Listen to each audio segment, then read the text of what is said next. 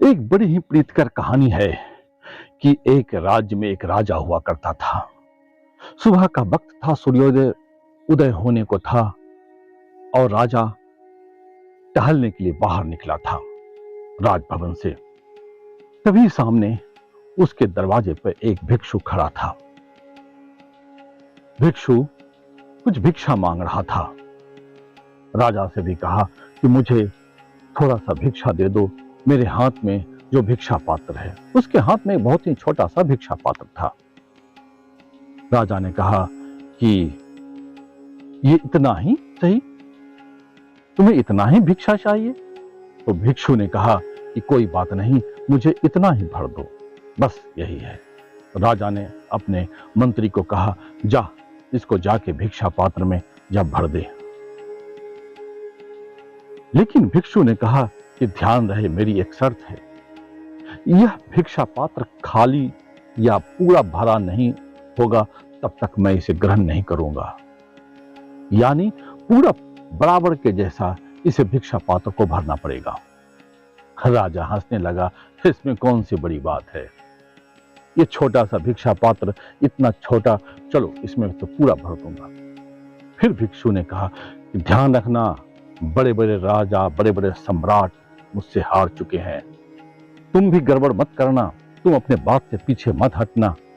तो राजा को अहंकार फिर बलवती होने लगा, फुफकारने लगा और उसे लगा कि इतना छोटा सा ये भिक्षा पात्र और यह कह रहा है कि इसके सामने बड़े बड़े राजा हार चुके हैं। अपने मंत्रियों से कहा कि अनाज के जगह इसे स्वर्ण और असरफियों से यह भिक्षा पात्र भर दो, ये भी क्या नाम लेगा। किसी राजा के सामने मैं गया था। भिक्षु ने फिर कहा, ध्यान रहे, यह भिक्षा पात्र पूरा भरा होना चाहिए। राजा हंसने लगा, चिंता मत करो तुम, सब भर जाएगा। मंत्री गए, खजाना से स्वर्ण जवाहरात जो भी थे सब ला के दिए। जैसे ही भिक्षा पात्र में डाला, वैसे ही भिक्षा पात्र आधा खाली ही रहा, पूरा भरा नहीं। मंत्री फिर भागा, अंदर गया, फिर लाया टोकरी में, फिर उसमें भरा, फिर आधा का आधा खाली। परेशान होने लगा मंत्री। यह देखकर राजा के भी पसीने छूटने लगे, लेकिन अब तो वचन दे चुके थे, अब पीछे मोड़ने का सवाल ही नहीं था। राजा ने कहा कि जितनी भी संपदा है सब लाके इसके भिक्षा पात्र में डाल दो। सुबह से लेके दोपहर हो गया। ऐसी खबर पूरे राज्य में आग की तरह फैल गई और पूरे राज्य के नागरिक वहां आके इकट्ठे हो गए और देखने लगे, यह कैसा भिक्षा पात्र है जो भर ही नहीं रहा है। शाम होते होते राजा का पूरा खजाना खाली हो गया, फिर भी वह भिक्षा पात्र पूरा भर नहीं पाया।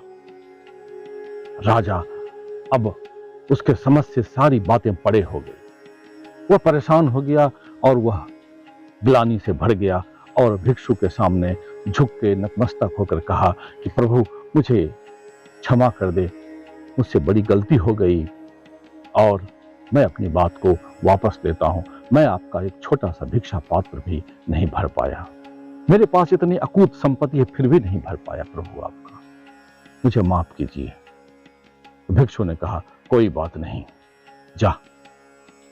लेकिन राजा ने कहा कि एक रहस्य मुझे खोल दीजिए कि यह भिक्षा पात्र में क्या चमत्कार है, क्या जादू है कि इसमें जितना भी डालते हैं सब खत्म हो जाता है। भिक्षु ने कहा, ऐसा कुछ नहीं है, ये कोई जादू बादू नहीं है। यह मैं एक दिन शमशान से जा रहा था, किसी की खोपड़ी पड़ी हुई थी, मैंने सोचा कि चलो भिक्षा पात्र इसी को बना लेते हैं, और यह मानव की खोपड़ी है और उसी का मैंने भिक्षा पात्र बना लिया। और मानव की खोपड़ी का दस्तूर यही है कि वह कभी भरता नहीं है, उसमें लाख भर दो फिर भी वह खाली का खाली रहेगा। यानी यह कहानी एक प्रतीक है वो आपके जीवन के, हमारे जीवन के, सबके जीवन के, कि मनुष्य का मन कभी भरता नहीं है।